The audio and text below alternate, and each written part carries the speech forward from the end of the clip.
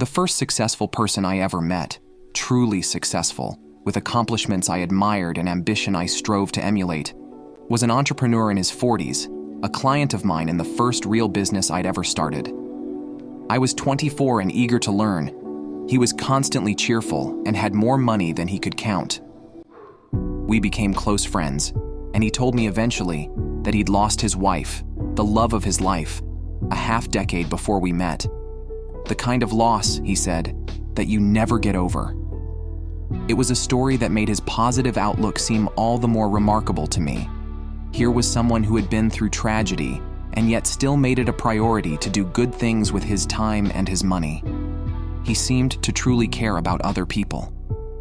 Often he'd tell me what he saw as the secret to his success. "I just try to avoid being unsuccessful," he said.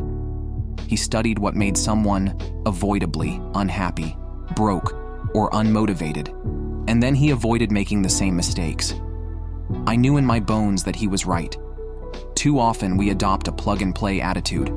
If I do X, I'll be successful. But if success was easy and predictable, we wouldn't be seeking advice on how to achieve it.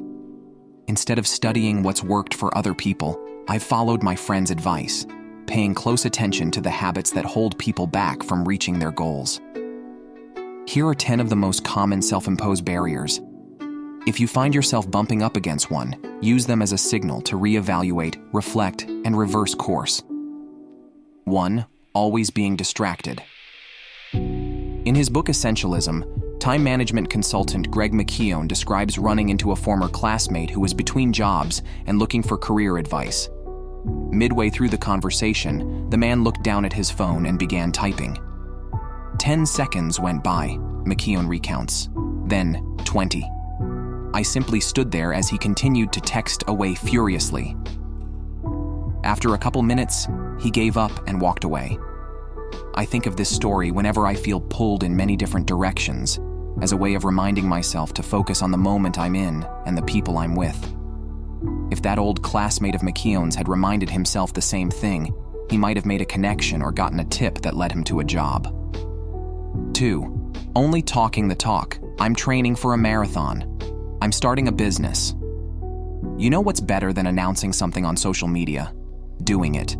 In his 2010 TED Talk, "Keep Your Goals to Yourself," entrepreneur Derek Sivers argued that broadcasting your plans can be counterproductive rather than motivating.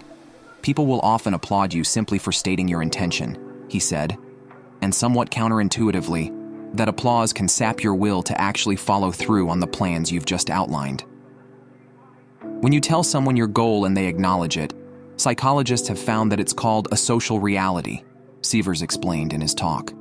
The mind is kind of tricked into feeling that it's already done. And then because you've felt that satisfaction, you're less motivated to do the actual hard work necessary. There's nothing wrong with sharing your joy, but try to hold your tongue until you've got good news, not just good intentions. 3. Spending time with the wrong people. The friends you surround yourself with can encourage you to be your best self, or they can bring out your worst tendencies. Do you have a goal to get healthier, for example? Hang out with people who will encourage you to make those changes in your life. Want to utterly fail in that goal?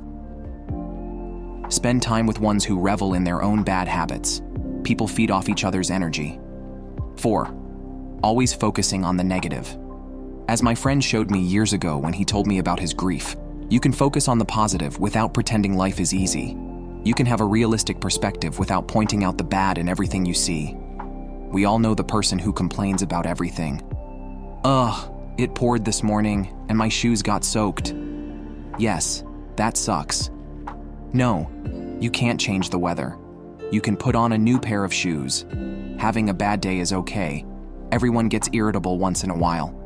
But if you always hate everything, you're having a bad life. It's that simple. 5. Procrastinating. In college, I once asked a professor to extend a deadline for an essay.